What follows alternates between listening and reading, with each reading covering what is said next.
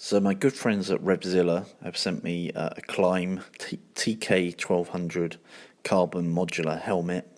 It's ECE and DOT rated, and I've received it in the Alumino high vis colorway. And if you want a real in-depth understanding of this helmet, obviously go to the Rebzilla site and look at the YouTube videos that Anthony does on this particular helmet. It's always thoroughly informative. So in the box there's some accessories in terms of extra inserts for the helmet itself. There is a fog resistant pin lock insert that you can put on the visor that's provided with the helmet as standard. Comes in a nice protective soft bag, and is also wrapped beneath that bag. And certainly not to everyone's taste, but certainly to my taste, the fixing mechanism for the chin strap is it's a pull type. It's a ratchet in pull type. It's very similar to the one on the Schubus C3, which I personally like. I prefer it to D-rings. It's a lot easier to insert and ratchet up and get a nice snug tight feel every time, and it's very easy to pull apart as well, so thumbs up for that. Getting the helmet out of the box, it has a nice protective cover on the face shield, and initial impressions are it looks pretty cool. I particularly like this exposed carbon fibre weave. It's one of the reasons why it's the lightest helmet in this particular model, because it's basically unpainted in areas, and I think it's bang on £3. I work in grams, so I'm not sure what that really means, but I do know that is pretty much the lightest modular on the market at present, and certainly holding my friends' ones helmets that are modular, such as the Shui, for instance, the Neotech, definitely feels much heavier than this particular helmet. I do like the reflective badge on the back. That won't be to everyone's taste, but I'd sooner be seen, particularly when wearing a dark helmet like this. I really like the exposed weave. It just looks very classy, and just accentuates what this helmet is really all about, which is lightness and comfort in wearing a light helmet on a long touring day. Despite really digging the dark helmet and carbon fibre weave, I still like to be seen at night, and these transfers are totally luminous, so should stand out very well in car headlights at night time. So I've taken it outside here just to show off the transition lens, and so there's no internal dark visor with this particular model. It purely transitions from light to dark in around 20 seconds, they claim, I believe. Certainly when on the bike it looks very dark from the outside, but it actually feels very good from the inside. Visibility is very good. It was a bit cloudy the first day I tried it out, and I have to say it was slightly darker than I was expecting, which in my books is a good thing. I actually worried that it wouldn't be dark enough, but it certainly blocks out the light well, and ultimately it looks cool as the transition lens really goes totally dark. You can see in this photo that it's not particularly sunny at the time, but the visor looks jet black, and that's just the way it looks from the outside. It's very, very cool. So how do I rate it overall? Well, let's find out. So in terms of fit, I've given it a 7. It's always hard to tell with a brand new helmet, because you have to kind of bed it in for 1,000 miles or so before it really fits like a glove, but I'm not feeling any particular pressure points anywhere. There's plenty of room for my ears. I don't feel they're crushed or anything. My forehead isn't being pushed unduly, and I like things like the neck scarf is low enough and close enough to push wind away from coming up underneath the chin bar and hitting me in the face, but it's not claustrophobic and stifling in terms of blocking air, which the Schubus C3 was a bit prone to. In terms of the visor, I give that a 7.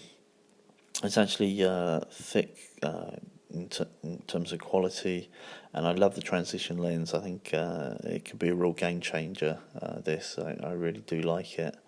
But equally, there are a couple of caveats with it. One is the ratcheting mechanism. It locks in place solidly as you lower and raise it at different heights, but it's not quite as granulated as helmets such as, say, an Arri XD4 or something like that, where it's really very, very nice. It's very solid and very small increments. This is kind of more major increments. And additionally, not having an internal visor means that if you flip your lid at, say, the stoplights, and you want to keep the lid up as you ride, only 100 yards to the next stoplight or something, you can't flip down an internal visor. Obviously the visor is external, and you've either got it down or you've got no eye protection and you've got no sun protection. So that's something to bear in mind. It's the compromise you take when going for a transition lens over an internal visor. The pros are, I guess, in theory, you have a bit more protection because you can afford to have extra liner protection where the internal visor is taking up space. Next is comfort. I think it's very good. I'm very pleased with that. I rode quite extensively first weekend with it, and I didn't really have any problems with comfort at all. A little bit snug putting it on, as modulars often are, but once it's actually on and in place, I didn't really have any problems at all. In terms of airflow, I'm going to give it an 8. It's definitely better than my two previous modular helmets. One was a Sharpie, and the other was the Schuber C3 Pro.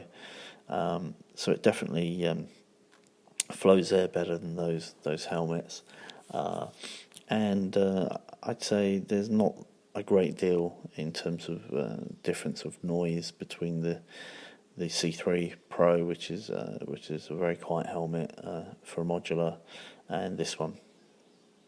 Next, in terms of finish, it's really nicely finished. The carbon weave looks great, and graphics look great, and general fit and finish seems pretty good. There's no kind of air gaps around the visor to let in water ingress, etc. And I think it's pretty good. It's always difficult to tell sometimes with helmets. You can get a helmet like a C3 Pro that's actually quite heavy, and some people will interpret that as very crash worthy, and other people will determine that it's not very well designed, and it feels old fashioned and heavy, and it's going to be uncomfortable on a long journey. And then some people will look at a very light helmet like the Klim and think, how can it be that protective? It doesn't feel that strong. But of course, if there's a high carbon element, then it will be very strong, as it's twice the tensile strength of steel, for instance. And of course, if it's light, then over the course of a long riding day, you're going to have less pressure on your neck, which is a good thing. But overall, it's in the eye of the beholder a little bit in terms of quality and finish. But I think it's pretty good, and I've owned dozens of helmets, so hopefully that's fair. In terms of crash protection, as mentioned, it is a predominantly carbon fibre shell, and in theory that is very strong. But of course, there are other aspects to consider, such as the amount that the helmet will twist internally, which that they all have some play in order to do that. How much the EPA liner compresses, etc., and of course ultimately what shape your head is, and other variables and interdependencies such as that. This is an intermediate oval shape helmet, and the finish is very good with no major external bits and bobs to catch you on the ground and kind of twist your head, and overall it feels a pretty decent construction, so I'm going to give that an 8. Moving on to the chin strap, as mentioned in the pictures, in the photos, I really like this chin strap. I'm a big fan of these over the D lots. The D construction is perfectly good. It's very strong, works perfectly. It's dirt cheap to manufacture, and I think that's one of the reasons why manufacturers like to stick with an old-fashioned, if you like, for want of a better expression, D-lock. But personally, I'm a big fan of the ratchets, and I would quite happily have one on any helmet, whether I was racing in it or touring it or just popping down the shops. It's just convenient. Sun protection, I'm going to give this a 9 because on initial findings it seems to be brilliant. I really do think this transition lens is a game changer. I have no idea how much they cost to replace. Quite a lot, I would imagine. It's probably a fair premium above and beyond what regular face shields or visors cost. However, I tend to be very good at looking after my kit. I'm very, very careful when I put my helmet down or who I let handle it. The only thing that ever touches my helmet is water and soft cloth. So I think the existing visor that comes with the transition lens should last very, very well probably for the life of the helmet. In terms of looks, that's obviously in the eye of the beholder. Some will think this colourway and exposed carbon fibre is hideous, and all power to them. For me, it floats my boat. I really like it. I like the contrast between the luminous graphics, and I really love the exposed carbon weave. And my friends that have seen it so far have been very complimentary about its looks without me talking about those in particular. So overall, it works for me. I'm going to give it a 9.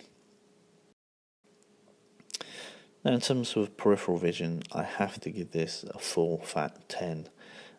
It's by far the best helmet I've ever had in terms of being able to look right and left. It really is quite cut back quite deeply, and you really can see vehicles approaching from your left or right very, very early and in a very, very clear, optically correct way. And I can't really do anything except give that a 10. It's really very good. And also the height of the visor, both how tall it is in terms of your going from your eyebrow down towards your chin is also very good as well. So you really do have a very, very broad widescreen vision with this, and I really like that. Overall, I'm going to give it an 8.3 out of 10, and I think that's a pretty good score. Helmets are $599, and I think it's that price whether you buy from retailers like Revzilla or whether you buy directly from the Klim website. I'm not affiliated with Revzilla or Klim, but I do have a number of Klim clothing items. I have a full adventure suit and gloves, and I'm very pleased with those things. Anyway, I hope you liked the video, and don't forget to subscribe and like. Last but not least, ride often, ride carefully, ride on.